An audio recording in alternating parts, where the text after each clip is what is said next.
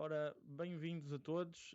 Hoje temos um podcast um bocadinho diferente e por isso vamos estar a falar inglês. No entanto, a maneira como ele vai funcionar vai ser igual.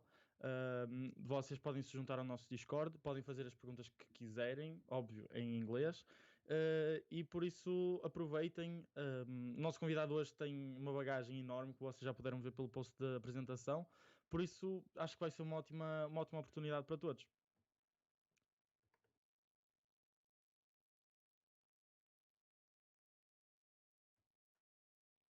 Ok.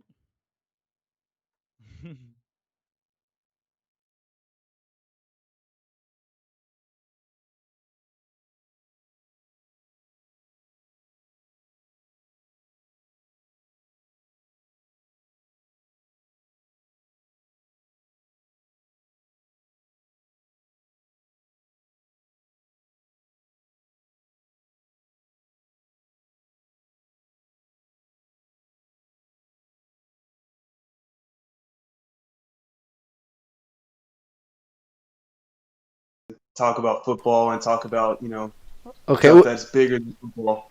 Yeah. So I think we were without microphones. I'm so sorry, peoples. This was. This happens all the time. No. Just sometimes. It's not that often. So we are already having people saying that we are muted. Okay, we are not muted anymore, people. It's okay. So once again. Welcome. I was just saying that I was really happy to have Patrick Donahue with us today, and now Patrick was just saying something. Do you prefer to call you Pat or Patrick? Pat is cool. Okay. Pat, yeah. Okay. So, what you were saying? I was just saying I'm really happy to be here and be able to talk with you guys and talk about football and stuff that's bigger than football. Because honestly, football has a lot of life lessons, and it'll show you who you really are at the end of the day. So I'm really happy that we can talk about it and hang out with you guys and get to know you guys and network. Perfect. And Lich is finishing all the little details in the beginning of this live, but I wanna know more about you, and I'm sure they saw the presentation. I think it's the post that we did about you was probably the longest one we had. Yeah. I think he needed 3 pictures to make sure all your information was there. So I think that's amazing. And tell us a little bit about you. Well, first off, shout out to my mom. Love you very much. My brother, my nephew. All my people back home. So I come from LA. I was born and raised in LA, lived there pretty much my whole life. But I'll talk about my up until football. So football-wise, I took one of the hardest routes you can pretty much take. I only played 1 year of varsity football. I played 1 year of JV football, 10th grade, and then senior year. And I did pretty well. And then I went to junior college, and from there I went to a second junior college, and then I went to a university for 2 years, and then I got a few chances after that. So it's a long route when you go junior college. It's kind of like, if you guys know Last Chance U, like pretty much when you go to junior college, there's not too many people. There's just not too many people that make it out of there without getting in trouble, or falling off, or getting into something else, or saying football's not for me. Because you have to really want to play football when you play at the junior college level, because there's not a whole bunch of fans. There's not you don't get paid. in scholarships or something like that. You just go to school and you play football. Okay. Yeah, so that's a little bit about my football journey up until college. So Yeah, you're mentioning the JUCO lifestyle, because usually when we think of, especially when we see American athletes coming to Europe, we always imagine like, oh, they play college ball back in the US, and we always imagine like the big schools, like the Oregon locker rooms and the Clemson stadiums and stuff like that. And sometimes it's not always that glamorous, and you really need to like. That's a test for yourself and for your character and for how much you love the game, because that's like you said, there's so many distractions, and you really need to be focused to not let go, especially because how old were you, 18, 19 at that time? I actually graduated at 17 and a half, but like my first time is 18 when you pretty much go to college and start making grown Yeah, up decisions. grown up Because decisions. like at 18, what does this make any sense? At 18 years old, you can decide to go into $100,000 worth of debt for school, but they won't let you take out 50 grand to start your own business or whatever. So Yeah, it's yeah, yeah. it's a weird time, and like you said, you're basically still a kid. Like one year prior, you wouldn't be able to make all those decisions because people would say you're too young, and suddenly there's one day you have your birthday and you're able to do all those decisions, and to be that young age and to have to go to Decide. sometimes a situation that is not as comfortable as you might imagine. Like I'm pretty sure like you are known for being one of the hard workers of all time, or the hardest working of all time. Am I right? Yeah, I take pride in that. I take Yeah, pride in that. There's not a lot of people that have taken my journey, you know what I mean, and can sleep at night because they didn't have to, there's no real skeletons in my closet, you know what I mean? yeah. No, and no shortcuts. Yeah, not really. And like I'm very open about my situation. Like I've told people this like later before uh I was kind of embarrassed of my journey, you know what I mean? But to tell you like this, like bottom line, I hadn't seen my dad since I was 7. He came in back into my life when I was about to graduate Whoa. high Okay. school. Then he, hey, after 10, 11 years, he bought me a car, right? So, I mean, I needed that car because when I went to college, I was sleeping in my car. I was Okay. sleeping in my Wow. car, There's a and yeah, it's like that. You don't people they don't want to tell you that stuff, but it's the truth.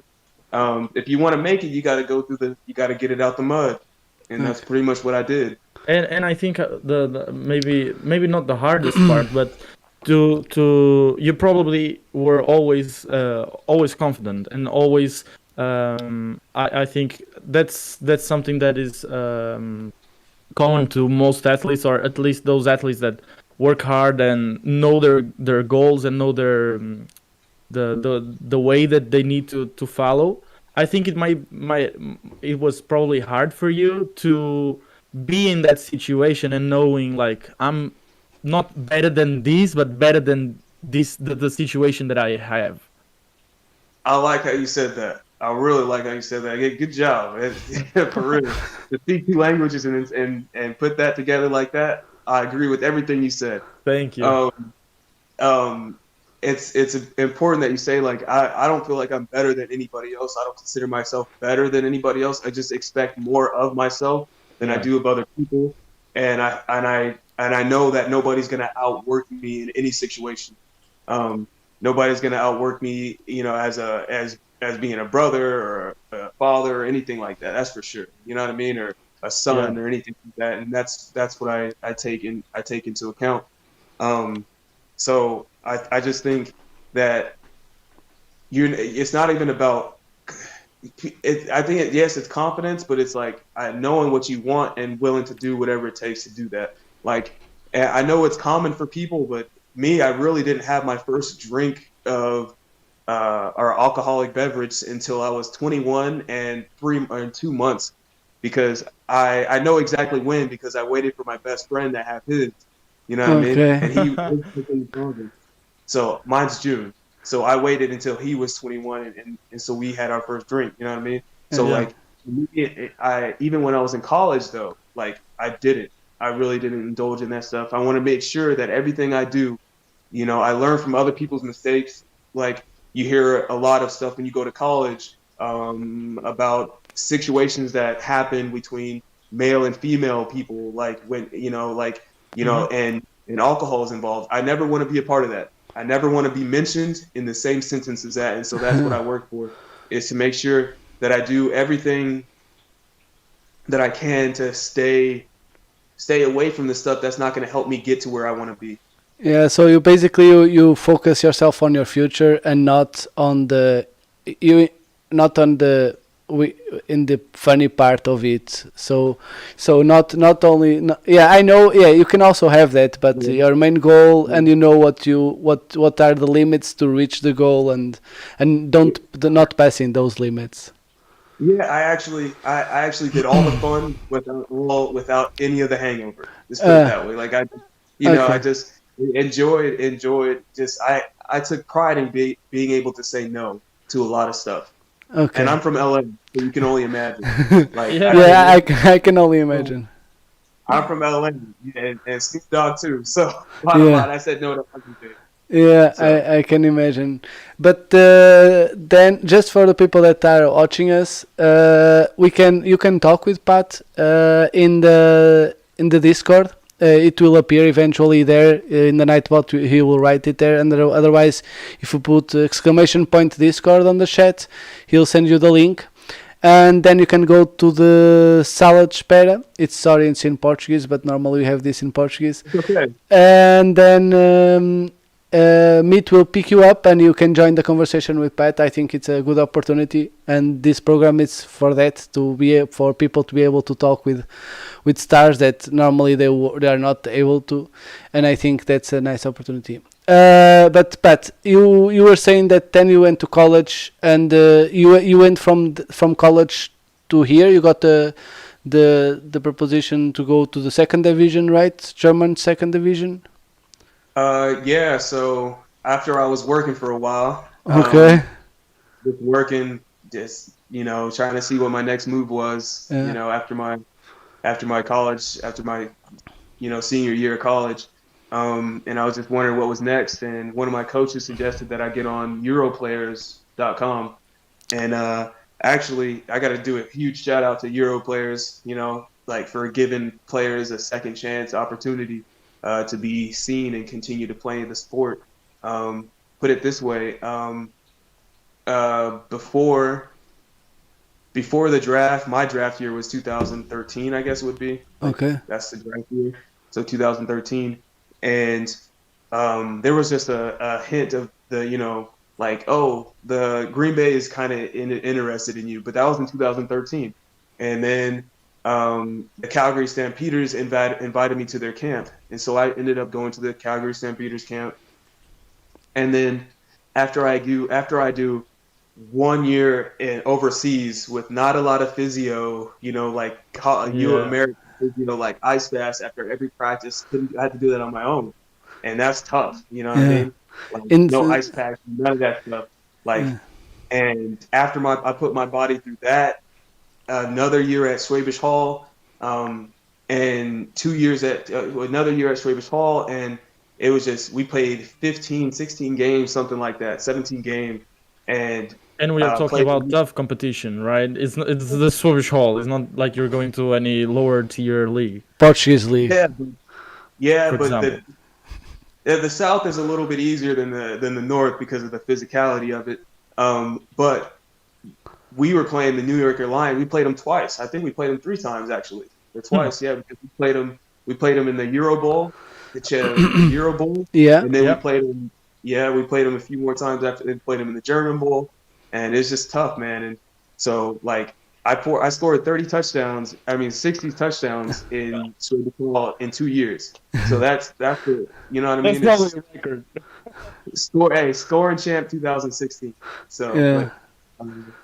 shout out to everybody that my O lineman and my QB. Your quarterbacks. Who was your QB at the time? Marco Imprey, German Okay. QB. Oh, Yeah. he was German. Yeah, Swiss Hall, they usually take a lot of pride in having German QBs.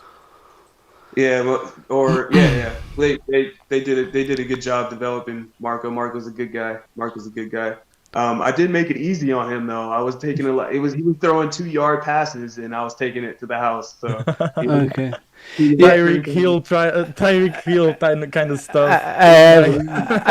I saw that live here in Tirol with the Raiders. You also did that a couple of times.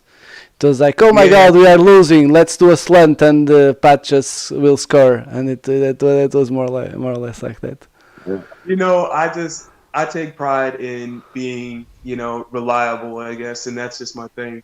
But I've been thankful to play with a lot of great QBs, and when you don't have a great QB, when you don't have a great QB or a QB that you have a relationship with, it makes it really hard. So, you know, yeah. And going back a little bit, because we kind of jumped to the European stuff, but how was your transaction from JUCO to finally getting a scholarship, I think, to a university? How was not only that moment, but also like the feeling that you had, and how was that experience? I mean, coming from, you know, I'm not going to say I had nothing, because I had a lot of great friends. I got a lot of people that were, you know, that didn't have much, or, you know, like weren't living extravagantly, like, you know what I mean? But they still like helped take care of me. But I came from nothing. So I pretty much, it was just, you know, I make a play here, I jump over somebody here, like, you know, 100-yard game here. And then the offers started coming in, and a coach of mine, you know, he really, he is something else, man. He really did put me through a lot, like help me, you know, like, hey, wear this. He taught me how to dress, you know what I mean? He taught me like, wear this, wear that. And on my recruiting trip, I went up there to Southern Oregon. It was like, I could see the stars, I could see this, but it was just the whole, like, because I'm come from LA, like, you don't see the stars at night, you see lights, you see, Yes. And it was just the whole, I didn't even know this was possible. So I decided, I mean, SOU was the place for me. And my head coach was the high school head coach of Tim Tebow. So I trusted him. So Coach Howard, and Coach Mills. Coach Howard is the coach that brought me up to SOU, and then Coach Mills is the coach that kept my head on straight and made sure I stayed in school and did the things I was supposed to be doing. You know, he helped me out a lot. Yeah. That's so nice. And I think for you, it must have felt like not job done, but like mission accomplished a little bit. Because you were running out of time in JUCO, right? Yeah, you can only be there for 2 years. You're only there for 2 years. You can only play 2 years of JUCO. You know, so for me, it wasn't job done, because I honestly knew where I wanted to be. I wanted to be in the NFL. I wanted to make money. I wanted to take care of my mom and my family. Bam, I want to do this. I need to do this. Yeah. Like, well, there's a reason why. Like, you know, like I'm good at it. Like, you know what I mean? You know, so like it has to be a reason that it took me here. So it kind of felt like, okay, cool. Like, okay, I'm halfway there. Like, okay, now I can get more eyes on me. Like, now I can, you know, now it was, it's hard to tell people, like, look, when you get to the scholarship, there's a lot asked of you. I felt like the world was on my shoulders in my first games. Like, it was, but, you know, that's part of life. And now when I get on big stages, I don't even flinch. Yeah. Yeah. For people that never saw him play, Pat, yeah, I think it's easy to see that you don't flinch. You feel really comfortable on the field. I will give you a lot of compliments, and it's not because I'm making you feel comfortable. It's just because it's what I think, and I'm sorry if you. It's nothing that I'm doing because of being nice or something. It's just what I think. We have somebody already there. I think he's gonna change the subject.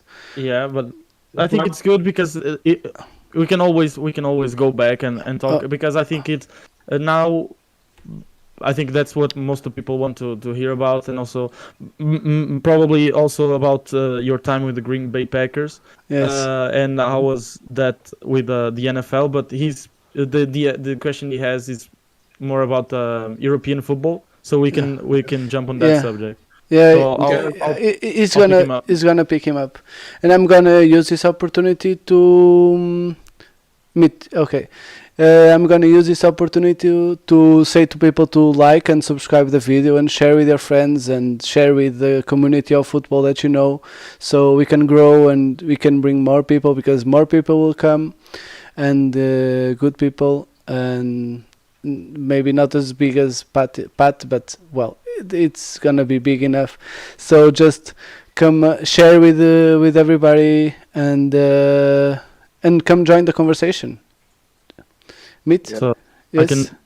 you can. Let's see if this works first try. Hello. Hello. Nice. So, what's up? What's How you up? doing? How Yeah. you doing? So can you introduce yourself and say from where are you talking? Please don't say your home. Okay, so I'm talking from Gondomar in Portugal, and I'm an unusual fan in here on the PT football. That's true. Okay, and I wanted to ask Pat, since he plays on the GFL and is now in Germany, if he can talk about the impact that the new European League of Football has on the German league. Okay, I mean, I'm gonna ask Ricardo real quick. Can I be real? Of Can I course, be yeah, real? yeah, of Of course. you can. This Like, is the way, yeah. This is the show for that. This is a show for that. We are not there's. You can say your piece. It's no worries. Okay, okay, and I'm not gonna. I'm gonna respect your show. I'm gonna. Yeah, no, don't worry, Really, it's no You no know problem. those hot takes are what gives us views. Darth Pieta. Okay. It's Darth Vader. It doesn't mean that good in Portuguese, but it's okay. Okay, It's a cool. funny name. So, that's a great question. So I think the ELF is great for the GFL, or no, the ELF is great for Europe. Okay, for players, for exposure, it gives them, other players a chance to grow up. You know what I mean? So if you have, let's just say you have 22 starters on your squad. Those starters are the players that play every game in the beginning until the end, unless you blow out the team. Okay, the only teams that have the chance to develop players or their bench players, their second 22, are players like Braunschweig, Dresden, Unicorns. Lions. Yeah, that's it. Yeah, Who? those are The Lions or he said the Lions. Braunschweig Lions. So okay. those Okay. teams that blow like, or maybe there's a few other, maybe Cologne, or, and maybe Berlin Adler. But the teams that blow out teams get to build those second group of 22. Yes. So now, guess what? Now you have that first group of 22. Now you cut that in half because 11 of those players said, "I'm gonna go get paid." But what it does is it brings up the talent in Germany now, or wherever those clubs are, because now the other players are start get better because they're like, yeah, I want to be paid. This is the next. I want to go to the NFL pathway program. I want to do this. I want to do this. It's just going to bring up and help anybody else like, PBA, Pat Brad Academy, that wants to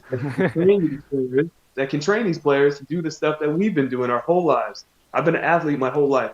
I played basketball, football, volleyball, track.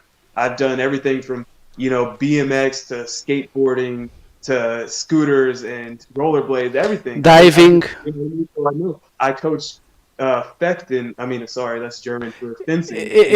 Yeah. Basketball to everything, and I think that the ELF is great for the evolution of American football all over Europe.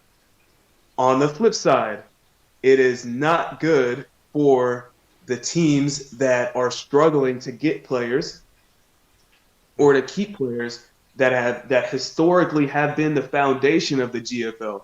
It is not good for those teams because those teams now have to fight to even stay alive.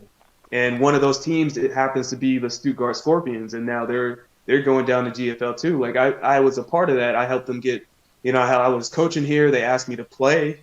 I didn't train to play. You know what I mean? But I still played and I helped them out. But they're going to go down. They didn't even have enough players to, a healthy enough roster or good enough players to play the relegation, which the relegation Stuttgart Scorpions would have won. So, for example, the Stuttgart Surge took 40 players from the Stuttgart Scorpions. 40. Yes, 40. Yeah. They were all starters. Like, not all starters, but they're all, the 22 of the starters, then the backups and stuff like that. So it was tough, what I mean? And you have the example of the universe too. I think at least ever since I've been following football in Europe in general, the universe, the Frankfurt universe, were always a household name, either top 4 in Germany or competing in Eurobowl. They had Silas Nasita there, always also bringing a lot of attention. And now I think they either got relegated or were fighting for that too. No, they should have got relegated because the Stuttgart Scorpions, we were both 1-1, except they got a win because one of their guys had a COVID case. So the Alboys didn't want to come play them, So then they got a win, and then they won the last game of the season. And so the Stuttgart Scorpions beat Frankfurt 54-14 or something like that. But Stuttgart Scorpions had to go to relegation. So it's okay, you know what I mean? It's just part of life, but it gives just like a forest fire, right? With the forest fire comes new life. You know what I mean? That's just the way it works. Yeah. That was a good question, man. Yeah. That was a great question. And now another one that I now remembered. What about the fan bases? Because I watched the last Sunday was the German Bowl. And I actually watched, I don't know if it was because of COVID, but there was very less fans and fans than the usual. So normally the fan base of the teams, they kept following the team, or they just ended following the other league. I don't know. I think the biggest thing is I think that Schwäbisch Hall is a small city. Yes. It has a lot of people from nearby that are fans of the Unicorns, but most of the games have been up in Berlin, right? So that's closer to the teams that are competing. You know what I mean? It's up north. Now the games are going to be down south. So if you have a Schwäbisch Hall team, it's different than having, let's just say, Braunschweig, and they only have to go to Berlin. Braunschweig has a good fan base. You know what I mean? Dresden has a good fan base, but if you have to ask them to travel during COVID, it's tough.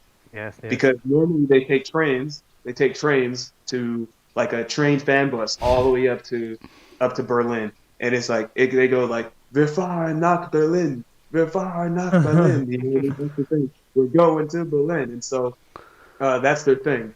But now we're going to Frankfurt, and but the fan base, I feel like it's just growing. I think you see more and more people with NFL gear on that want to come to the game to find a reason to wear their NFL jerseys that they want. Yeah. And now with the NFL also thinking about coming to Germany to do a game like they do in London. Yeah, but one thing that I think about the fan base, that the community, I think everybody on the community can see the potential of the LF. But they also can see like the bad part, especially for German leagues. For the other leagues, it's not that big, but in German it's really a big difference, because what you say, it's like taking out good players from there, and in countries like Spain that has one team, like people want to go to that team to play, and that team can like be really good, and people can see the how good the LF can be. But I think you were really nice about it. To be honest, I have a way more aggressive opinion about it. I think you were so Well, I nice. know. I know. Hey, I told you I was gonna respect the show, but say what I wanted to say. Yeah, you were so Hopefully- nice, man. I would know. My opinion is that I think they are. We say it. Put the horse in front of the carriage. No, put the carriage in front of the horse. Okay, doesn't matter. Yeah. They are going too fast. They are trying to fly without even able to walk. And I Yeah. think to go to the fan base community. So the fan base, they want so much the community to grow, the LF community to grow, and the football to grow in Europe, that they move on to the LF to start seeing the games and start becoming fans of teams. And I tried to do that. I had nothing to see. I knew one guy from the Centurions. I know the defensive tackle from the Devils, and that's it. And that was the only teams that I know that I follow because of it. Because otherwise, I would not even know where to look. And now I have the Raiders, but I never knew where to look, and they didn't Yeah. even provide that. Yeah, I mean, can I? Yeah, of course. Yeah. Okay. So I feel like, hey, remember this, guys. Facts over feelings. So facts are, Yes. facts are. You're completely right. They did. When something seems too good to be true, sometimes Yeah. more than likely it is. There's stuff going on behind the scenes that we don't know. Yeah. So people rubbing shoulders with people, Yeah. that got more money and stuff like that. This is the way it goes. But you're right. I think that they did a lot of stuff great. But it's like this. It's like this. For the lower leagues, losing their best players, it's like basketball when you take away a right-handed player's left hand at practice, and you make him get better with the left hand. Yes. You're making them get the players better. Yes. The lower level players, you're making them get better. Like, okay, you have no choice now. Get this guy from a Madden 55 to a Madden 75. Yes. And you better do it now. You have 2 years to do it done unless you want to stay in the league or not, Yes. And for the ELF, it's kind of like showmanship over quality, because no matter what, there were still teams that were still getting blown out, like the Yeah. Berlin Thunder. Yeah, the Thunder. They get blown out sometimes. Stuttgart Surge blown out. Yes. Like Even Barcelona. Yeah, Barcelona a lot. Barcelona. But I got to give those guys at Barcelona some credit. You got to fly almost every game, Yeah. and you're coming from a country where they didn't play really football that much not too long ago. You know what I mean? Yeah. Yeah. I know it's been for a while, but not as long as in Germany and stuff. Yeah. So I got to give them some credit. Shouts out to them, But yeah, that's what it is. It's showmanship. They got everything looks like the NFL or our high like a Texas high school football game, which Texas is big, right? Like a Division I college game, like the fireworks and the smoke and this and the Yeah. cheerleading and all that stuff. They do that really well. And I don't have the same opinion as Leach, because he thinks that they are doing too much and they're going too fast. But I think, I'm not sure, but I think this needed to be done sooner or later.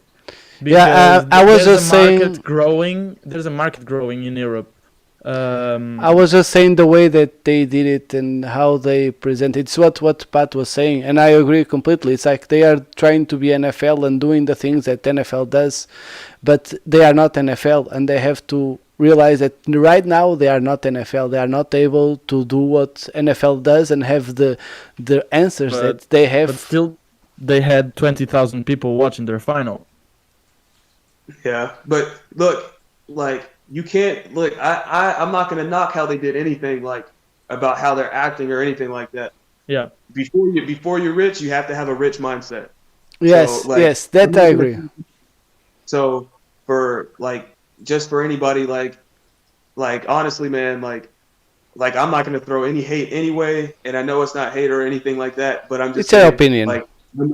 I'm just gonna say it dude, it's good. It needed to happen because it forced the GFL to change. There was so much bad stuff happening in the GFL, them stealing money from teams, not giving money back, all this type of Yeah. stuff. You know what I mean? It's rumors, hey, so say it here, say, like it's facts. Like they were doing stuff that they should have been doing. And bottom line, Okay. they needed Sorry somebody to to force them to do better. Go ahead. sorry to interrupt. So my parents are now calling me for dinner. Okay.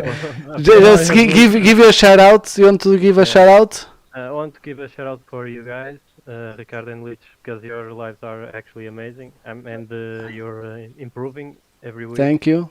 And Thank you. Patrick, very nice to meet you, and keep up the good work. And I hope to see you sooner. Have a nice dinner, Darth. Thank See you. ya. Bye. Make sure you add me on Instagram so we can maybe what do you call it, connect, and we can maybe network. So maybe we can have a camp out there in Portugal. Okay. All right. Thank you. Bye. Goodbye. And talking about a camp. Wait. Let me just before I'm before not before going you to talk. about the camp. I'm not going to talk about the camp. No, I I was just going to say yes. Talk. no. I was just gonna say that this Darth is really a lover of the game, and he really likes to be here and follow everything that is done in Portugal. He even created a video of this history of Portuguese football, and nobody, even I am way old on the game in Portugal, and I didn't even knew half of the things. It was amazing what he did. Only as a fan. He has no connection with no team, and only as a fan he did it, like for himself, and it was. Send that to me. I'd love to see it. I'd like Yeah, to see it. of course. We will do that. So we have another person waiting in line. I'll go pick him up. So we have already some comments. Philippe Herrier said hello, and he said that I was kissing ass. That was what I was avoiding to. I was avoiding to people see that as I'm kissing ass. And the guy called Don't Know say let's go. I don't know who is Don't Know. I don't know who is Don't Know. Let's go. Don't know. And let's use this opportunity to once again. Let's just if you want to be like Darth, you can follow the link on YouTube. You have the Discord. You just add the Discord and come talk with us, with Pat. Yes, Meet, you can bring him in. Can I? Yes, you pull can. him? Yes. Hello. Hello. Hey. Hello. Wait. Sometimes Discord does this stuff where we cannot hear the people. Okay. I know why. No, wait. If you can hear us, get out. Espera aí. I can pull him and Yes. back. Yes. Hello. Diz para ele sair e para voltar a entrar. Vai lá e diz para ele sair e para entrar diretamente. Okay, so this is a technical problems because Discord has problems with handies. I'm also too German now with mobile phones. Man, this is what? I was gonna say, how was it like learning German and like, well, here we go, learning German for you? We'll talk about it. Wait, hello? There we go. Hey, you don't need to scream. Hello? You want to present yourself? Yeah. The presentation? Not really. Oh, come on. He's a friend of mine, that's why I'm being... Yeah. But yeah, you can call me Keith. Meet and Ricardo already know me. And I would like to ask Pat a question. That's all right. I would like to lighten the mood. This is going very, very political, this conversation. So, Pat, why don't you tell us like what's a typical year for an American player / coach / everything in Europe? Like Okay. what's from January to December? Like like you have your you have daily your routine. yeah, you have your league, your games, but after that, how is it? How's off season? How's vacations? Did you travel Europe, or that wasn't really possible? Did the teams kept you busy, or do you skip? You are giving too much possibilities. Yeah. Or just one more, just one more. Do I you got do you do you work on more than one country in one year as well? Yeah, That's I got you. Let's I'm gonna give you like what it looks like if you're an American and you come out of like if you have to go back to the States after your season. So before, like let's just say season starts, season will start in like May, right? Or April. Let's just April, May. It depends on if you're playing in the in the Big Six or not. Big Six starts in April normally, middle of April. So let's just say from December to February, I am lifting heavy. I'm doing all the getting my maxes in, and then end of February, I am starting to work on explosive stuff like that. So you're still doing you're still like doing your two a days and stuff like that. Um, yeah. then you fly out to Europe. Then you get here and like honestly, let me tell you guys something funny that you guys are gonna laugh. You guys are gonna laugh. Okay. Kid asked for Um, the mood to be up, so Yeah. so I get my first I first landed in Lubeck or in Hamburg. They picked me up from there. I come home or come to the place they like an apartment they put me in, yes. and I wake up. I wake up and like I heard an airplane Okay. and a propeller airplane like and all I thought was like World War I or two and I was Especially because you are in Europe, in yeah Germany. I didn't recognize this place, right? So it's not something you think you're at home, and I wasn't at home. It's a different ceiling. Like it was like wow, like that happened for like at least a week, you know. Yeah. So for an American athlete, you wake up. Most people like to you get acclimated to the time change. Uh, Gym in the morning, film study in the afternoon with the coach. Most of the time, the coach is American, and most of the time, and they have to you FaceTime with them, go over stuff, film sessions. Then it's practice, and you coach the youth. I haven't been a part of a club where I didn't either coach my own position or coach the youth or something. And so you'll show up early to practice to coach the youth, and then after that you'll do your own warm up and then go to practice. So and then when you're at practice, you coach your own position. You when you come out to Europe, you're an ambassador for the sport. You have to give them your best all the time. You know what I mean? And that's what's most important is making sure they get a positive experience because there's so many experiences like that I've heard of. Like not so many. There's a few that like athletes not coming here, not sleeping all day, come to practice late, or not doing what they're supposed to be doing. But yeah, so that's just up until the season, right? And during the season in Germany, there's like the European Championships, and there's like a 3-week span where you can go anywhere in Europe. And I love Europe because like you can go. I went to. But also because you're in Germany. If you are in Portugal, it's a little bit harder. Oh, It's yeah, possible, right but it's in the middle of harder. everything. Okay, yeah, Germany. Like I've been to Denmark. I've been to Poland. I've been to Austria. I've been to Italy, Poland. Italy, Croatia. Italy. No, I've really been to Italy, but I haven't been to Croatia yet. Okay. But um, I've been all over. And it's been great because I went to Madrid 3 weeks ago, and it only cost me €90 to go there and back. Yeah. yeah. You're still missing Portugal, by the way. I've already been to Portugal. Oh. I've been to Portugal. Oh, nice. You we, chose well then. You chose well. we are I all was on from Porto. I was on the docks right there where they had like the fish market and stuff Yeah. like that. You could go it was dope. It was Nice. dope. So I've been able to get around, and I was able to go there to Portugal for only, I want to say it was €22 at that time before COVID. Yeah. I can imagine. Yeah, Probably. possible. That's right. Yeah. So that's what the season looks like, and that's up until July, end of July. And then after that, hey, it's crunch time. So we're getting into playoff mode. You get into playoff mode, and that means like every game counts, but you want to stay healthy.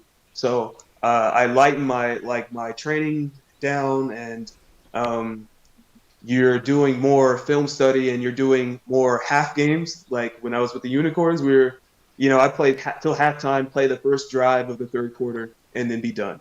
And then you prepare for whoever's next in the standings. And that is wild because luckily we didn't have to travel. But if you do, that travel up from Schwäbisch Hall to Berlin is tough. You get there a day early. That type of stuff is slightly difficult. But playing in the north, it's always raining down there, man. I swear, it's just the Berlin field is the worst field ever. It's the worst. That stadium, no. It's slippery. No. It's for soccer. Yeah. But that's what it looks like. Now, if you're a coach, like if you're doing what I'm doing, I live out here now, and my day is like, I take my daughter to school, like, you know what I mean, like, So, like, you have your family now. It's a little bit different than any other American player coming here for a year or two. Yeah, like the hustle is crazy because when I was let's just say in 2019 December, like in 2020, in January, like I'm coaching the women's fencing team, and that was awesome. I got to go to Paris with them, and meet, like, go to INSEP with this. Like, it's just, dude, the possibilities in Germany are endless. No matter what color you are, there's obviously stuff that everybody. You have people everywhere. Yes. That think different. Yes. But America for me is not the land of opportunity. It's more like out in Europe or Germany for me. Like, your personal experience was good here. Yeah, but also because you already know German. Yeah. Also, yeah. yes. It's already like 90% of the job done. So in the beginning, was like coaching youth. Was it something that you expected, or just naturally happened for you? They told me that I would be coaching my position, but they did not tell me that I would be,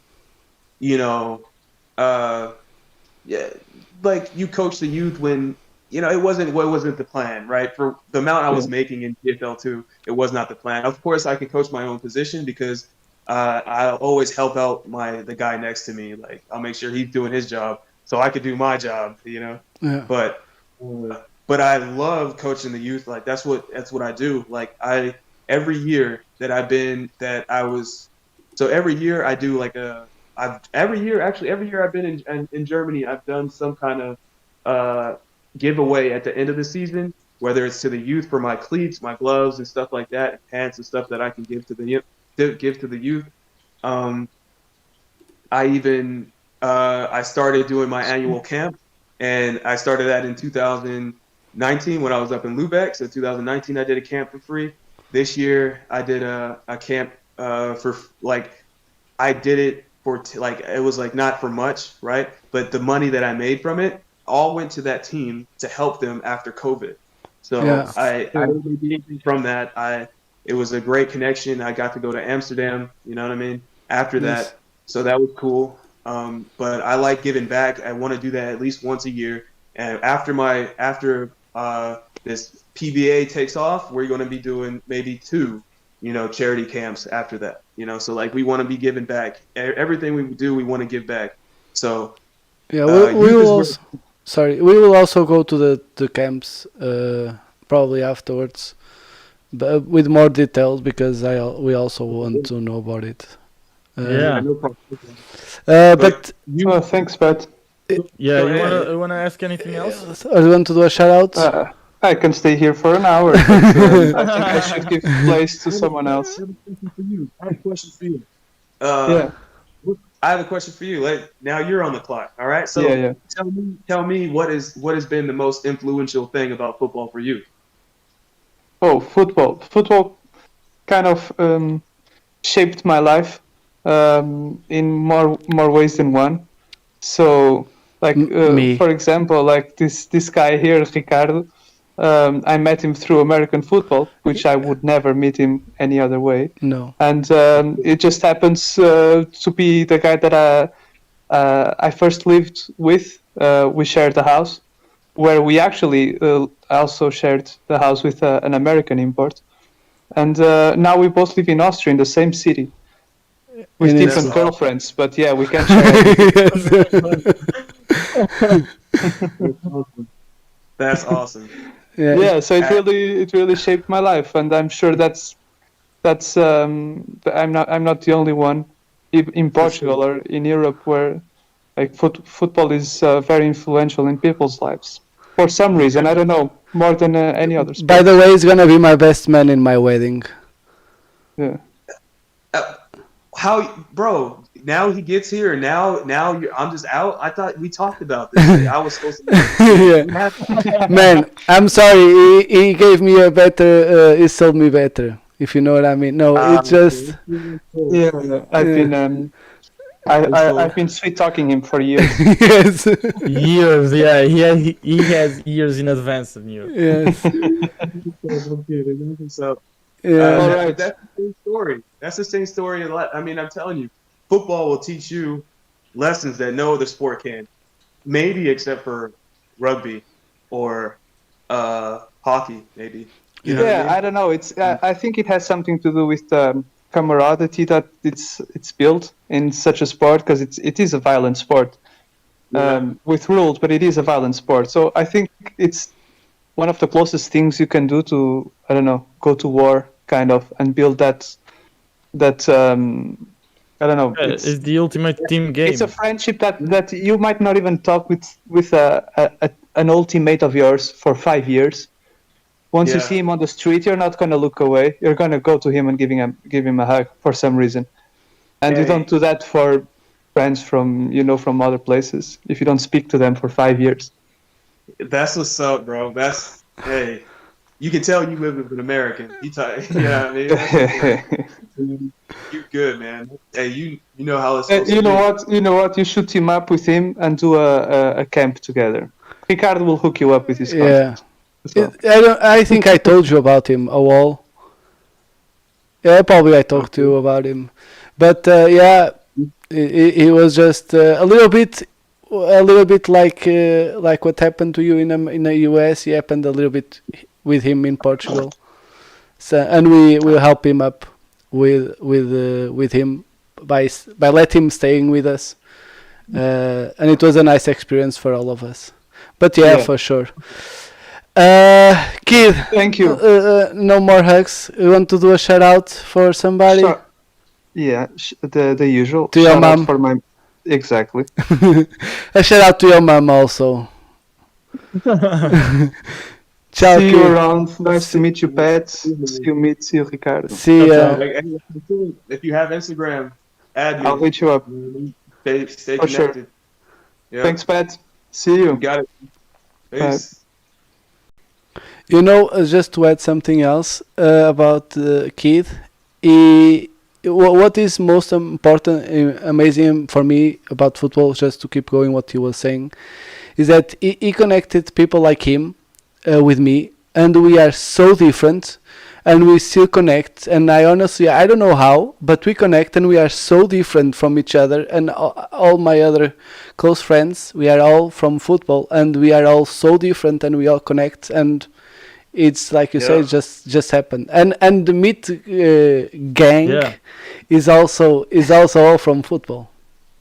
Yeah, I guess most, I would say 99% of my best friends are all from Yeah, football. my My 99% closest- also. My closest circle is from football, and the same way Leach was saying, it also changed my life. Like everything that I'm doing right now, it's because of football. Even this show that we do, the ideas that I have for my future is because of football. So I don't know why, but maybe because it's such a small sport still here in Europe. So when you like it, you don't just like it, like you fall in love with it. And it's Yeah. not something that you get for granted also, because people here, they take their soccer, let's call it soccer, like football Yeah. practice for granted. Like that's everywhere, and you just go to any city and you have a team there, and you have all the structure for you to succeed there, and that's just part of life. But then when you meet with the reality, like a football here in Europe, and you start liking it and you start enjoying it, and then you see all the obstacles that you need to face, and then I think that even embraces you more with the sport, because you feel like you are part of it. You feel like you're part of history and like making it grow. Unless you're Cristiano Ronaldo, you will never feel like part of history in soccer most of the times, because it's already everything's already created. So I think that's a different feeling and special feeling that you have when playing football in Europe. Yeah, I get that 1,000%, because it's like, you know, like, okay, when I went to the Green Bay Packers, like Yeah. my home city, like my people, like just let's just say like the whole city area where I can, like my high school area and stuff like that, like it was big for them. Like now all of a sudden, like people like recognize me going into like bars and stuff. Yes. But that was only like, okay, people knew me, like, oh, that's Pat. Like they know, like, okay, like, because that's a small area. And Yes. but then after that happened, it's like, okay, dang, like, people want to start problems or just even acknowledge you and stuff. Like it was weird. Like it was a lot of love, and then there was a lot Yeah. of fake love, and then there was a lot of hate. Yes. But like bottom Yes. line, like it's just like, but that is only carried over for like a certain amount of time. Like there was a limited time where that was what that was for like that year that it happened, But like close friends and people like, oh, they recognize, like, oh, that's that's Pat, like I've had a conversation before, like, yo, like I was never involved in like the gang stuff because I was one of the untouchables, like, like, hey, leave him alone, like he's doing stuff in sports and stuff, he's gonna Yeah. get out of here. Oh, okay. Yeah. But when it comes to Europe, like people know me, like, and you know what I mean, like, it's just like, oh, that's Pat Donahue. Like I'm like, dude, I'm like, they call it humble. I just don't like. I come from a place where like I don't like this. I prefer this, but you know what I mean. Like I just, like, people know me here, and it's nice and it's great. But I'm just gonna use my platform, like Ricardo's doing, to grow the game. Yeah. So like I get that. Football there's nothing like it. There's nothing like it. Nothing will teach you. Nothing will teach you respect faster than football. Yeah. Oh, for sure. For sure. That's Well, 100%. well, I learned respect in gymnastics, but I know what you mean. But I know what you mean. I was gonna. That's funny that you would say that. I was gonna say one of the like most team sports is football, and what is it like? Like The opposite. art form swimming. Oh. You know, Yeah. like Yeah. where they swim Yeah. in synchronous swimming. Yeah, I think synchronous those are swimming. two separate sports. Yeah, for real. Look at that. Like, Yes. you know what I mean? So Yeah. Although there isn't synchronized swimming for men, but Olympic sport doesn't exist. Anyway, man, first of all, I'm gonna let me see how Philip said. I'm gonna kick ass a bit more. You are a really amazing guest. Okay, next. So let's talk about the academy a little bit. So the academy, you explain me a little bit the academy that you have with Brat right now. I didn't exactly understand what was happening. Can you explain to me a little bit better? So I'll just give you a background story. So Okay. I was with Swarco Raiders in 2017. Yes. I was injured. I got injured there, and he was playing on the opposite team on I guess it was the Rangers. So he was playing there, and we already saw him. He didn't do a lot of talking. He was just a good guy that hit players and football. Yes. Good guy, but he hits players. Yes. But he was just doing his job, and he was relentless, like one of the best athletes on the field, obviously. And so our coaches got with him and wanted to bring him on in 2018. that's when I was able to play again. And we were right next door. We were next door neighbors. You know what I mean? Like I had my own flat. I love, hey, Swarco Raiders, Coach Shuan, Coach Lee, love you guys. I had my own flat for like, I had my own flat for 3 years in Innsbruck. I think that's Austria. I think that's Innsbruck. Yeah. That's Innsbruck. Just the Schwarko are really big here. Are really big. Yeah, well, Coach Shu and Miss Swarco Elizabeth, she made it happen. Coach Lee, and so.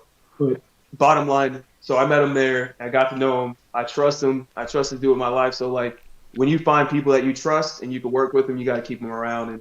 And we both are great at what we do. We are like he taught me how to play DB. Like he was giving me tips. Like that's like I didn't start playing DB like on the field until 2018 because they asked me to play both roles. But bottom line, that's my guy. And so we decided let's work together. Like we just have history together. Like so, like let's do this. Let's start something. Then it got bigger, and we said, why not? Why stop here? Like I coach speed, agility. I've coached fencing. So let's make it a athletic academy. So instead of just Pat Brat like Pass Breakup, it started with Pass Breakup University. You know what I mean? Yeah. So now it's Pat Brat Academy, and we're gonna be going. We'll train people individually in groups, and right now we also work with schools. We'll be teaching like flag football type of stuff. We got that going on for us. It was just getting the logo and getting everything set so we can make sure that we're ready to start. But Pat Brat Academy is training athletes at any level, any sport, for athleticism, agility, all the stuff you need, and strength training as well. But how does it work? You guys go there and give your services, or it's like camps where athletes go there and you do your thing? Both. Okay. We will do both. We will work with teams. Well, so what we'll do is right now we're working. What we already have done is we worked with Nijmegen Pirates in the Netherlands, and we said, okay, look, we'll do this for you guys, but we want a place to train our athletes, so we'll use your field, but we'll give you a percentage of the earnings. But for the Pirates, I gave them everything, so because it was a charity thing, it was to help. Okay. What was the example that you gave prior, like in the conversation? Yeah. But so we connect with a team and say like, okay, what are the teams that are in that area? We want to get a huge group of people better. They can take it to their teams and spread the word. So that's what we do is we'll do individual camps, we'll do team camps, or we'll just do that's what we usually do is we give a location, you sign up online, everything like that. Yeah. You know what I mean? And we have someone that works with us. She's very awesome. And she does all that online stuff, the registration and all that. So it's very simple. You want us to come to your city? Let us know. We'll set up everything. We'll put it online, and then everybody can have their chance to sign up to these camps. Let me give you a number. We did this receiver camp. It was just receivers for this first camp, and 24 spots out of 30 were filled within 7 hours. So like that's huge, especially in last minute, 3-week notice after COVID. You know what I mean? So it's big. So just to let you know, you are talking with the head coach of one of the Portuguese teams, not me. I was about to say something. Yeah. The other guy, he's the head coach of the Salgueiros Renegades.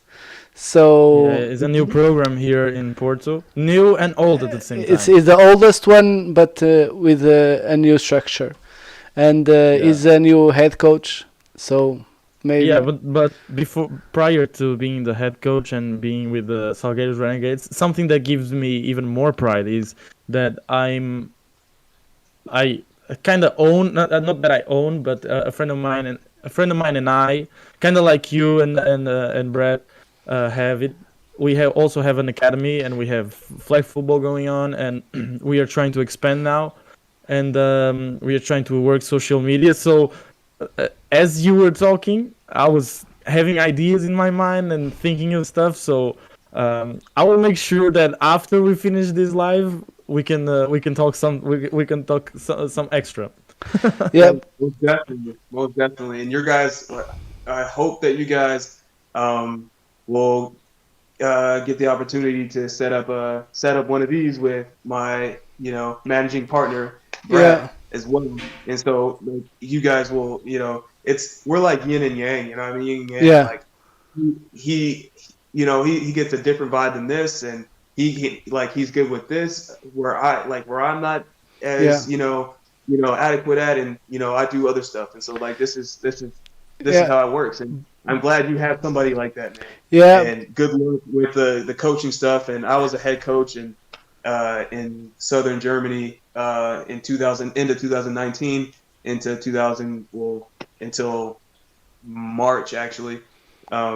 But I don't want to mention that team Okay. because it's Politics. But it's politics, Yeah, And it was so- that great. Exactly. Yeah. Like I love the players that, and I built that team up. Like at the end of the year when I first got there, we had like 10 guys at practice. We went from 12 to 20 guys at practice, and then after that we had a roster of about 50 guys. So I know how to build a program, and I know how to that's the thing. If I was going to give any kind of coach any kind of advice, it's care about your players and let them know you care. You know what I mean? It doesn't mean you got to sacrifice your family stuff. You know what I mean? Obviously, but if they see that you care, it's they'll run through a wall for you. As long as you're willing to run through that wall with them. So Yeah. that's advice for anybody listening. You know what I mean? No, that's perfect. I love to hear that because that's something that the coaches that I love to be with, they were like that. And the people that I enjoy to follow, especially because growing up, and I'm still pretty young for someone to be like in a coaching position or being in the Head coach kind of position. like in a head coach position, but still I try to emulate people that I admire in the way, and all those people were people that were like that, and I just try to emulate. I see things that made me, for example, made me fall in love with working out, made me fall in love with football, made me fall in love with everything, the process, like learning the game and doing everything. And I try to be like what they did to me. I try to do that to others, so maybe I can inspire others to be like me and be better than me. So that's the way I like to take it. Can I give you something like a little bit of a pin note, like my 2 cents? Of course. I would say, make sure that like it's hard to be someone else. You know what I mean? I know that's not what you mean. I'm just Yeah. understand. Like, make sure that whatever your coach did that was well, they did great. Make sure that you try to do it better than them, but use it as an example. You know what I mean? Because I tried to be Swarco Raiders when I was at my other team, and the problem is that it's just not the same. You try to be something, you can build on something and want to do that, and that's fine. But make sure that it's all you, because no, I feel this way. Nobody knows how to do what I do better than me on the football field. Nobody does what I do better than me, and that's catching a 3-yard hitch and taking it at 60. You know what I mean? And so for coaching wise, I make sure that I character, strength, and honor. You got to set the tone with everything. Anybody ask me how you doing? Yeah, I'm doing great. Living the dream. You know what I mean? Because some people didn't wake up today. But when it comes to when it comes to the coaching stuff, like, it's good to have those people as example, but just continue to make it better. And this is my last point. You're never too young to be a coach for anything.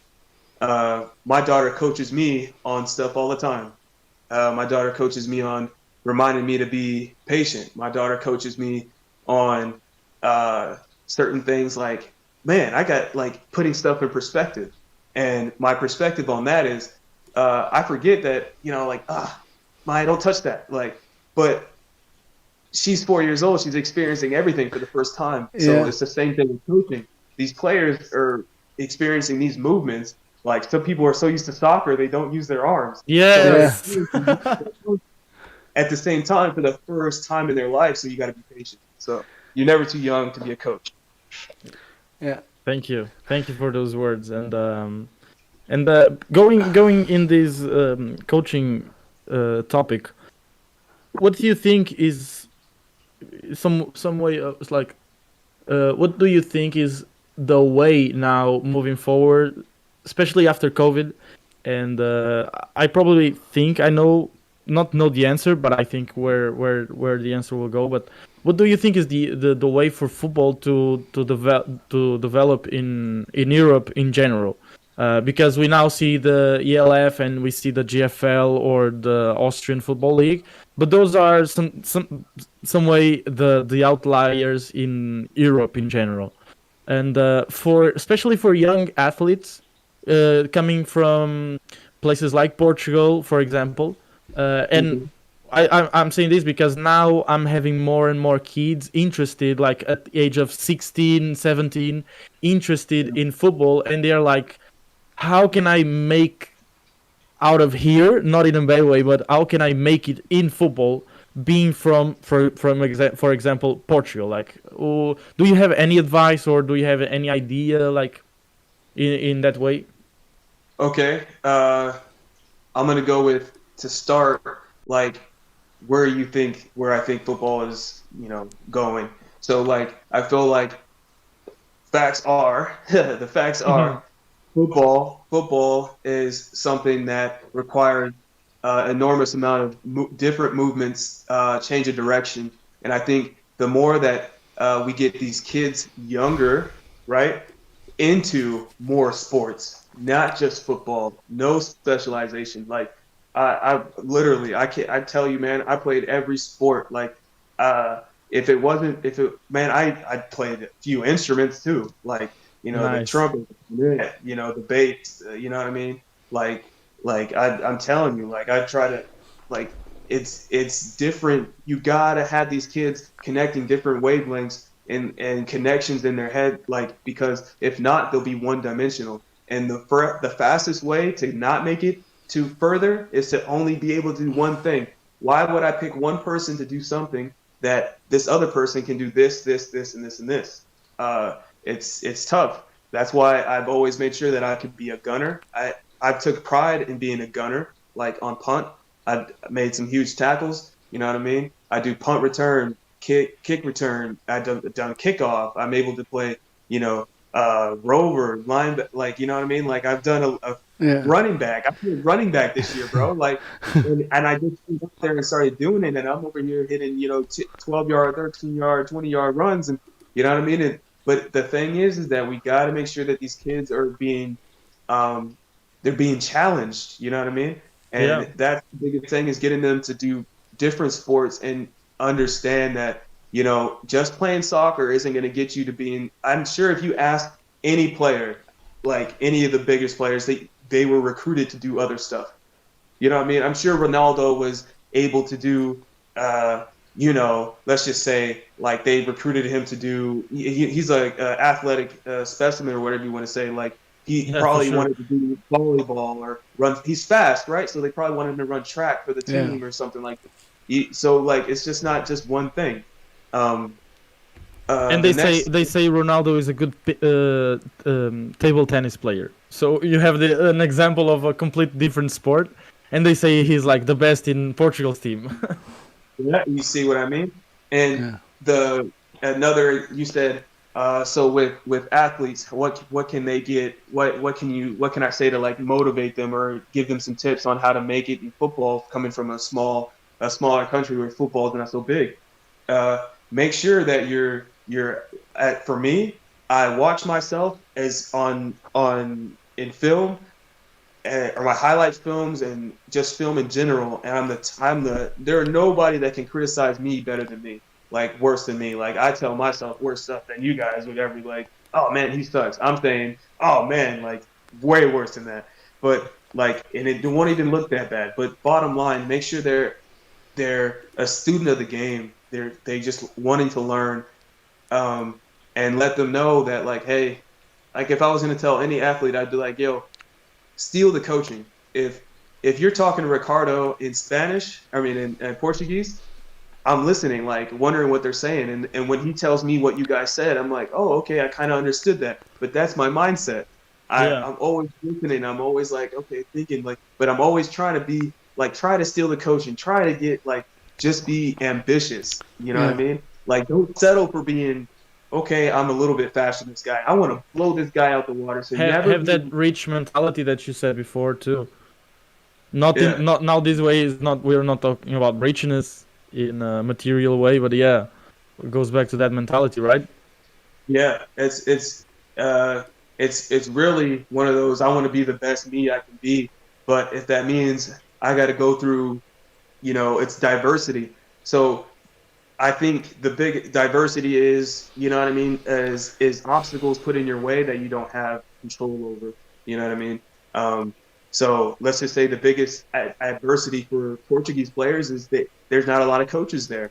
I can imagine not as many as the States or no, not.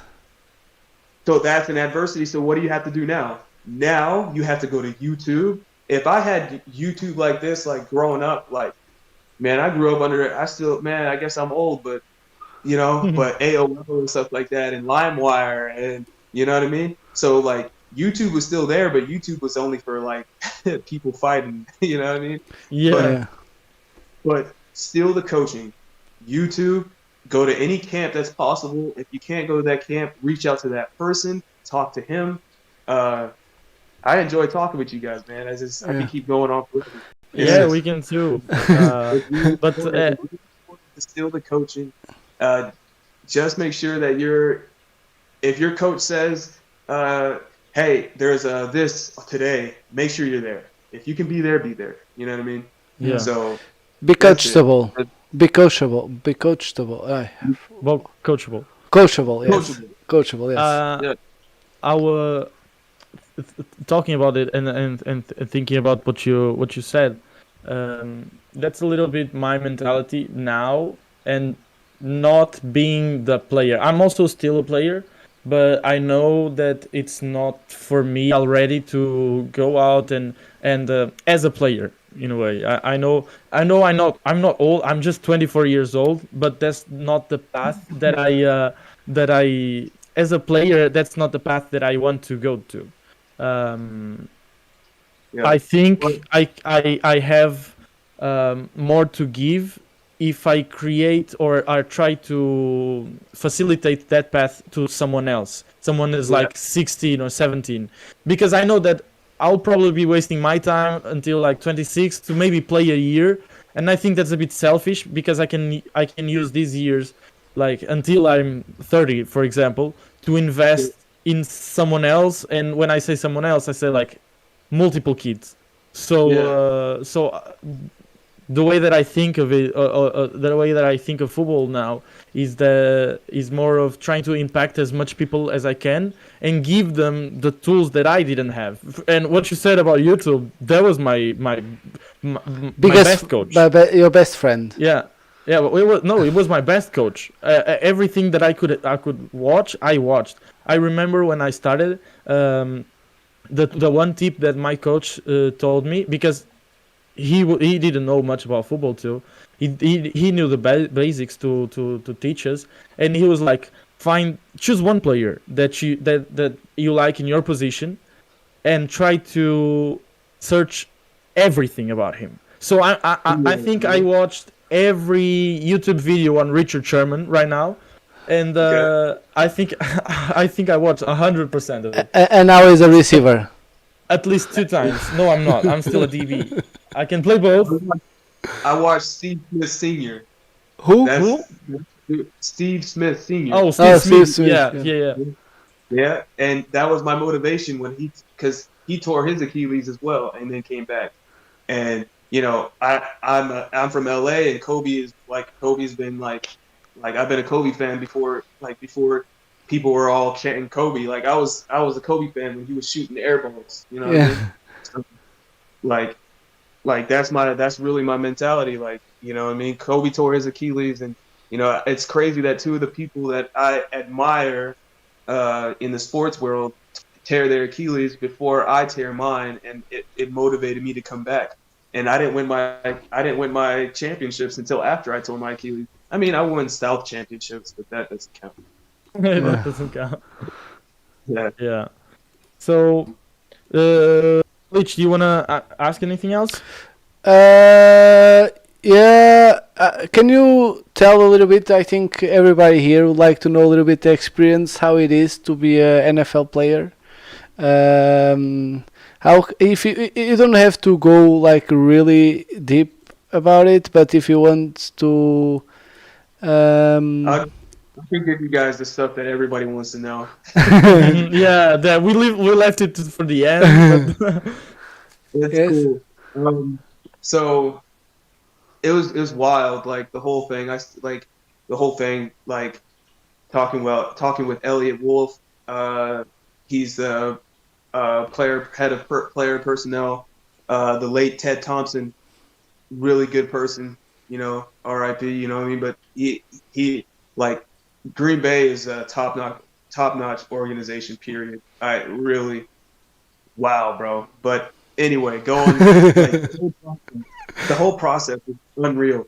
Like you get like I went straight to training in Minneapolis, and then when they fly you in, like okay, like hey, yeah, we're gonna pick you guys up at these gates, and it was like five other people there. Like I was on the plane with one of the starting O linemen's, like the rookie O lineman's mom. Like so, it's like, oh, where you going? Is it cool? It's just she's like, yeah, I'm gonna. Oh no, he was a rookie. Like he was a second year. So Okay. it was wild. It was just being there and the whole process, and they pick you up from the airport. You like when you're there, like no matter if you're okay, hold up. Unless you're Aaron Rodgers, Yes. or Yeah. that time Jordy Nelson was the dude there, right? And when unless you're those guys, they treat everybody the same. You know what I mean? Like it's just like you're top notch. Like it's no matter what. You walk into like we get off the bus and you're right there at their facility, and you walk in and you see the Lombardi Trophy that they just won. The cafeteria. I walk in, I see Aaron Rodgers and Jordy Nelson, and they're fooling around the cafeteria because they're just got done with OTAs. That's optional training, and Yeah. so Okay. and so that's for the viewers, not for you guys. I'm sure you guys know. Then No, I didn't like know, they're to be honest. I know. well, I know. Okay. I know. It's okay. well, Jordy Nelson is like playing around with Aaron Rodgers, like he Yeah. has a box or something like that, and I'm watching, and I start filming, and then as soon as I start filming, like the guy says, "Oh, just so you guys know, you guys signed a contract that there's no filming in here, and you won't share any content and blah blah blah." So I took it down, Yeah. but like there's Gatorade machines, like open refrigerators at every place in the building. Like you can get protein shakes from everything. Like when I first got there, I'm putting like muscle milk in my bag for later. For free. It's unreal.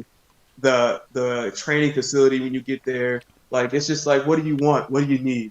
And Red, the equipment manager, like really cool dude. Like you needed gloves, it was just like it was all there. Like I'm like, I can keep this. Like I got. Are you sure? Like, Your name is stitched on everything. Like there's no confusion. Like you walk in and it was just awesome. They asked you like what helmet do you prefer? Like I'm like Revo Speed.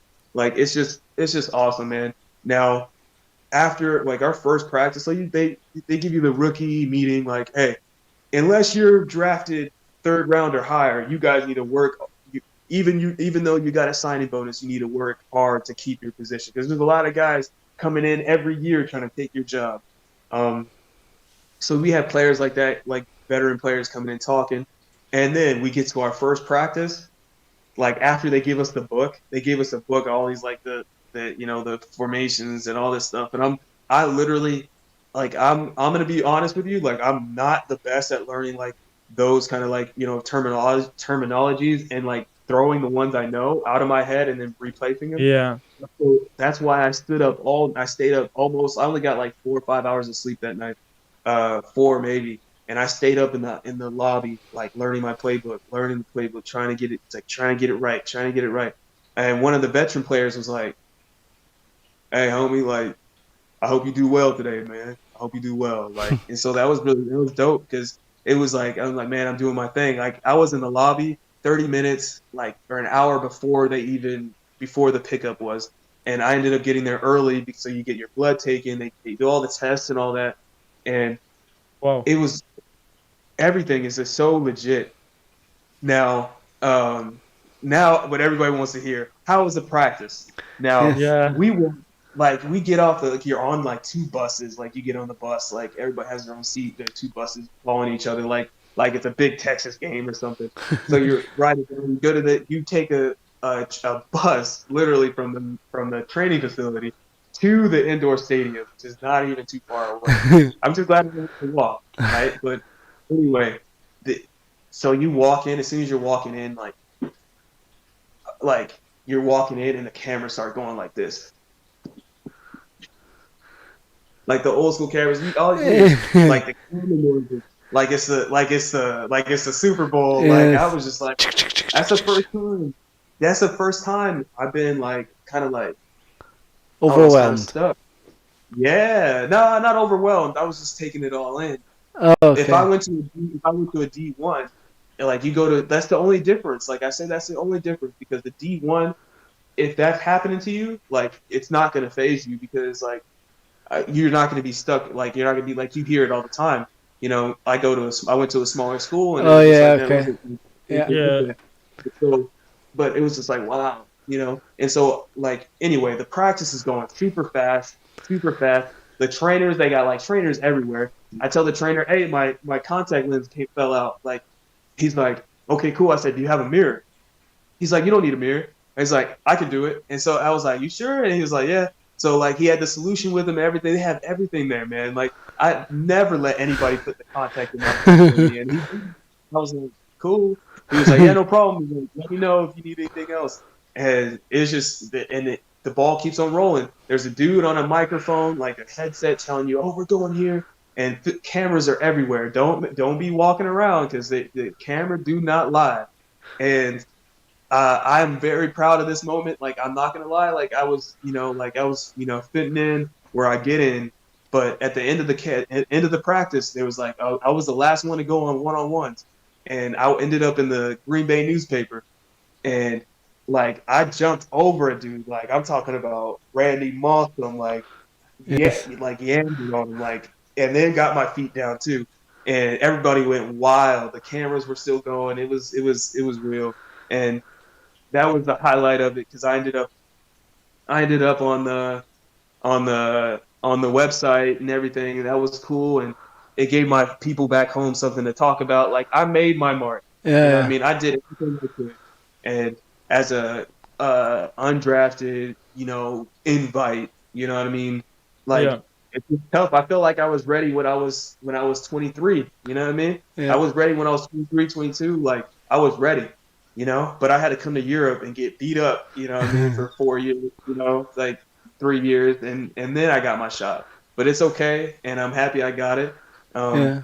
so, but now I can just pass that experience on. And I'll tell you this though, like legit best experience. But whether I made it or not, I made my mark.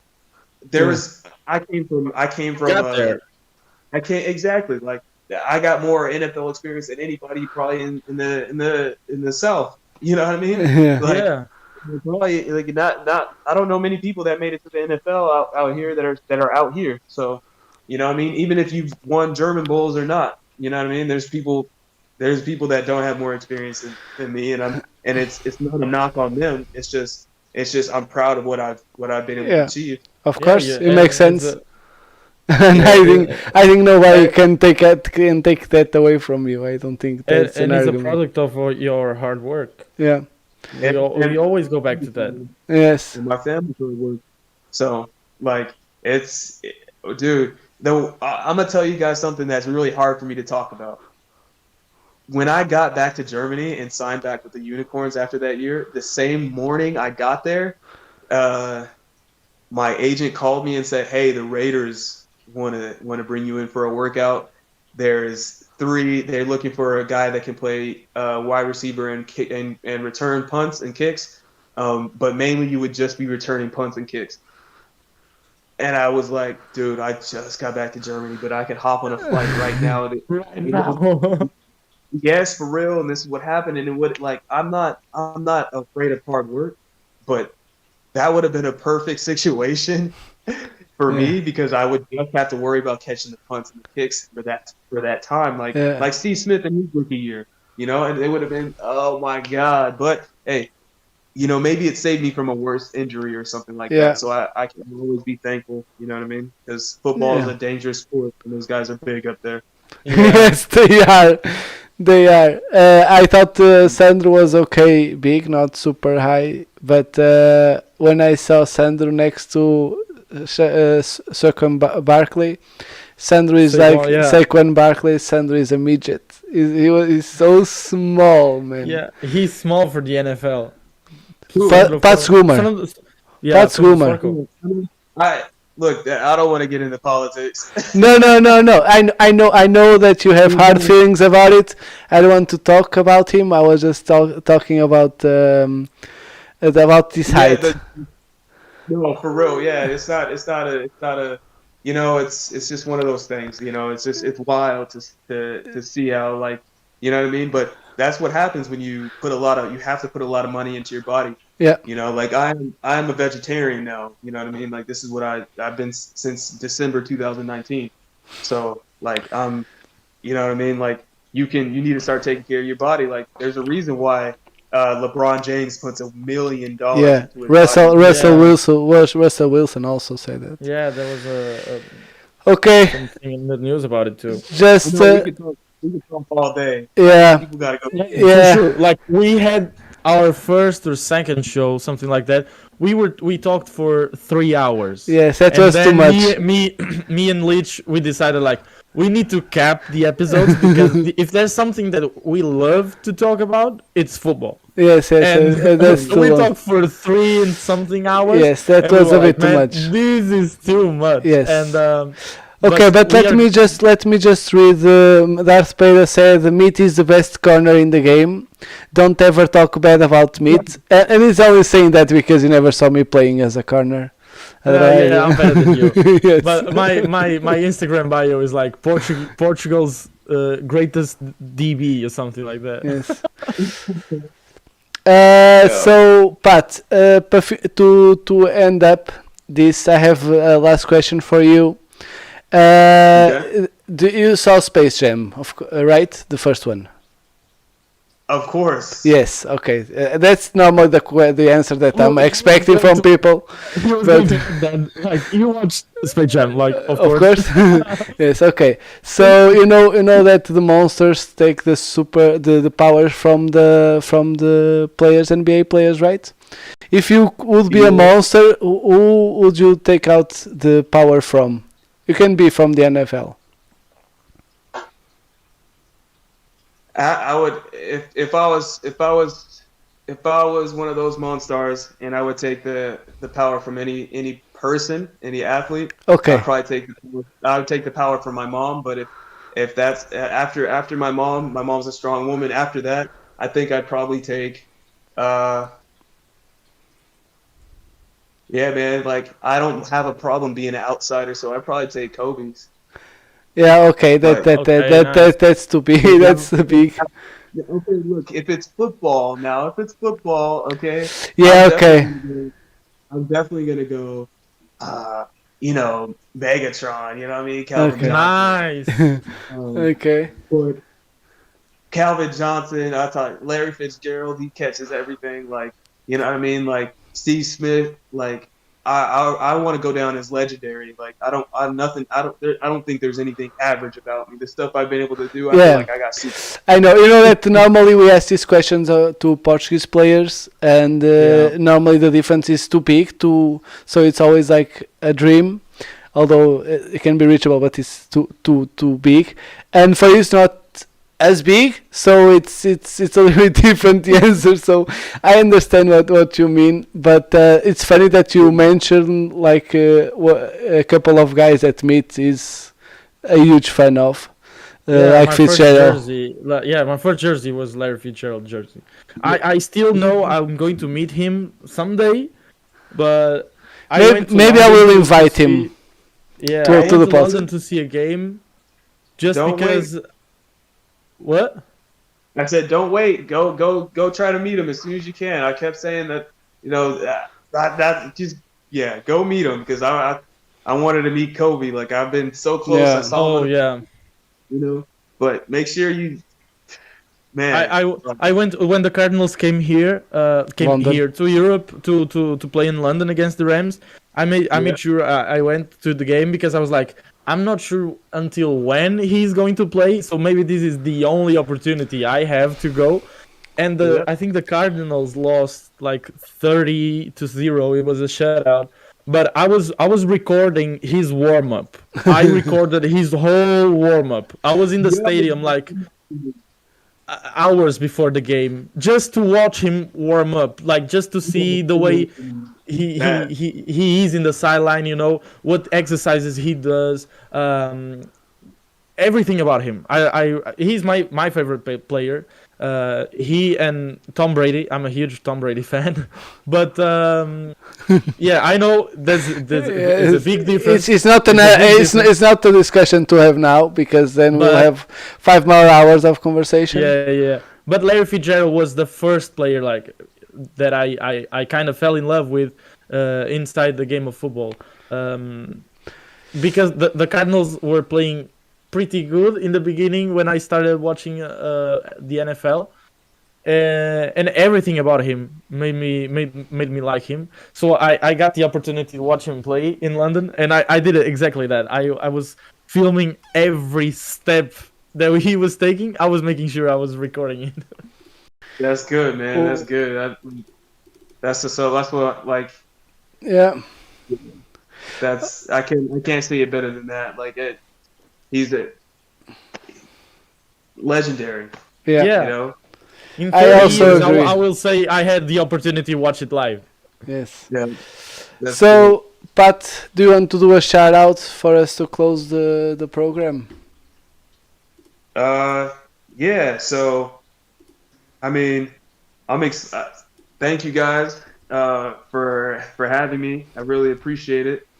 I think I'm gonna say it like this. I've been practicing. You guys already know this. Yes, you can do it. Yes, Okay. that was really nice. De nada. Okay, so thank you guys for the invite, and I really appreciate it. And I'm looking forward to linking up with you guys for some, PBA, and what I mean. Hopefully we don't have too many more COVID incidents, and we just make sure that we start living it up from here on out. So I want to. Hopefully. Do you have the copy of our new logo? I do have. You do? Yes. The PBA. Is it the final one? PBA. You guys have it? Yes. Yeah. I think so. Yeah, you do? Yes. If not, I was gonna throw it up on the screen for you. Yeah, throw it, But you man. can. You can. I think you So you should. can start announcing it. Yeah. Yeah, I mean because I'm really happy with it, man, and this is like my baby here, and In fact, I can really- even do better. Wait, I can even show it directly here in the big throw it screen. throw it up. Wait, Yeah. Then we just We- to. The only bad thing is that we are not watching what Leech is watching. Yes, but, I'm sorry. Yeah. But in the That's then yes. fine, but we got Pat Brad Academy. That, Like this is what's about to happen. It's gonna be dope. So I'm really excited. When you if you can throw it up, if you can, it's okay. But Yes. bottom line, hit me up and we'll come to your city. We'll come to somewhere near your city and we'll make it happen. All right, best Yeah. coaching, best available, man. Yeah. And, I, and I'm I willing gotta, to I help gotta give. Yeah, say. I was going to say I gotta give the shout out to my best friend for doing that amazing logo. Okay. I think Someone needs. I did Yeah. it. I did it. He's So now dope, it's man. I don't yeah. care what Ricardo said about him. I know Ricardo said some bad things about him, but No. He always does. He always does.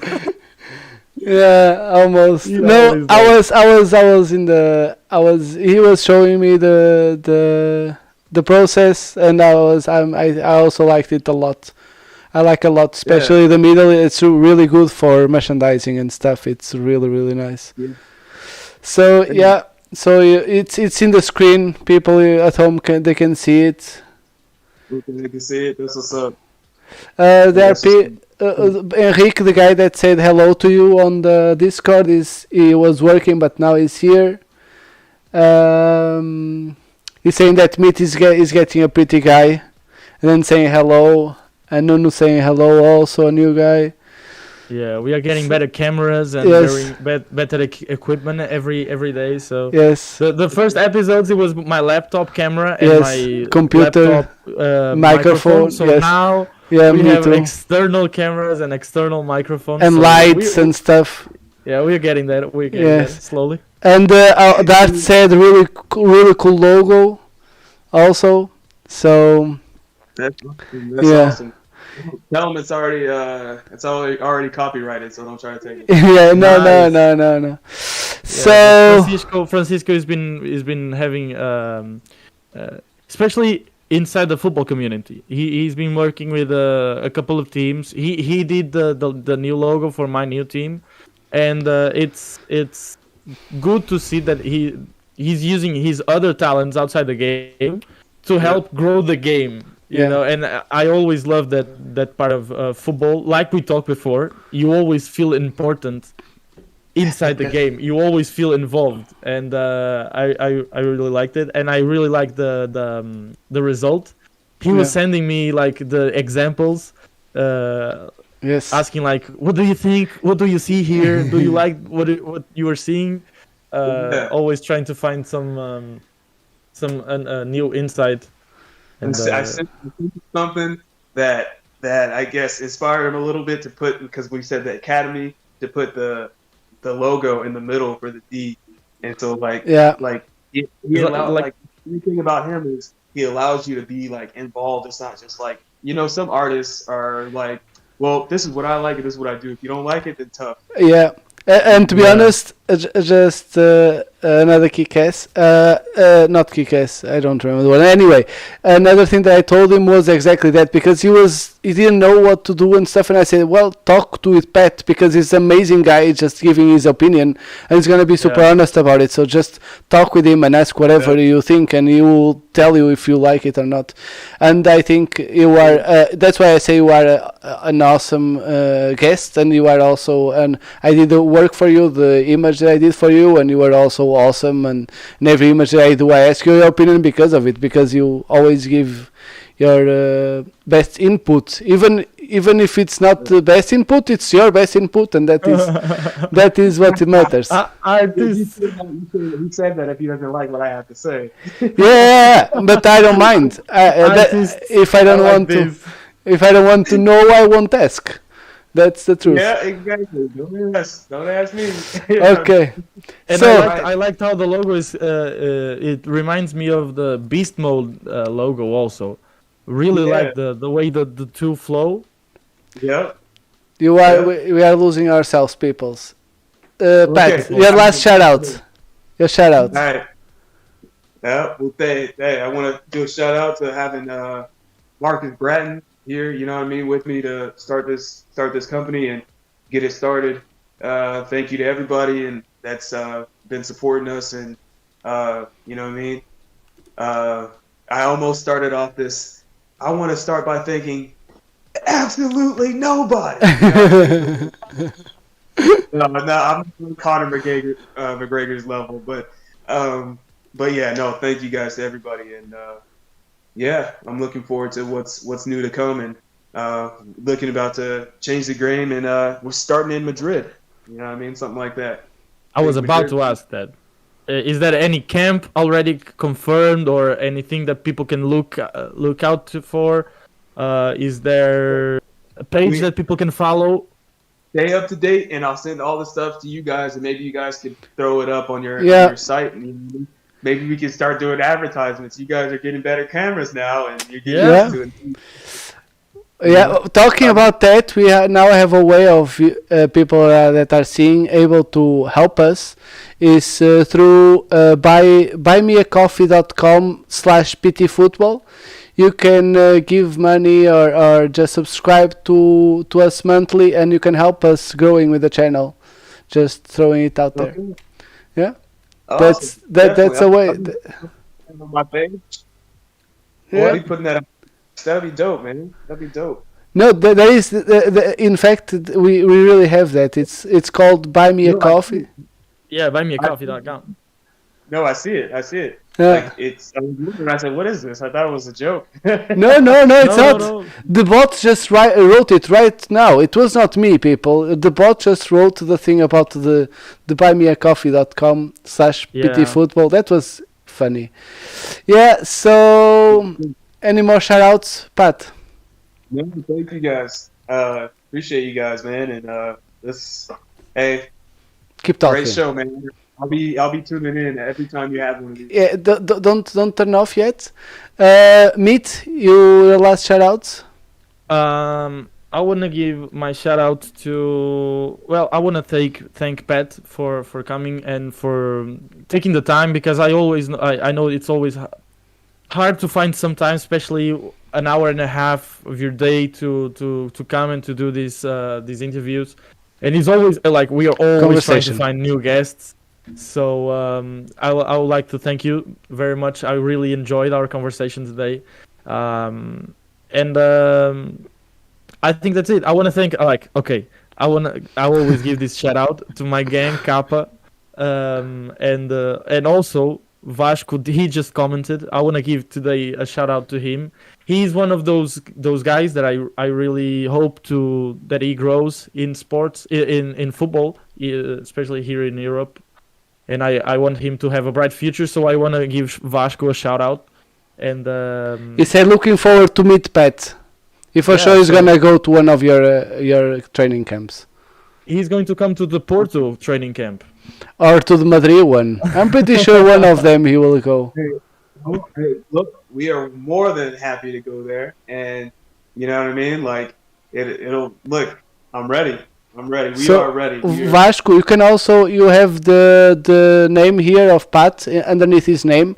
You can also add him, and if you have some questions, I'm pretty sure he will answer you when he can.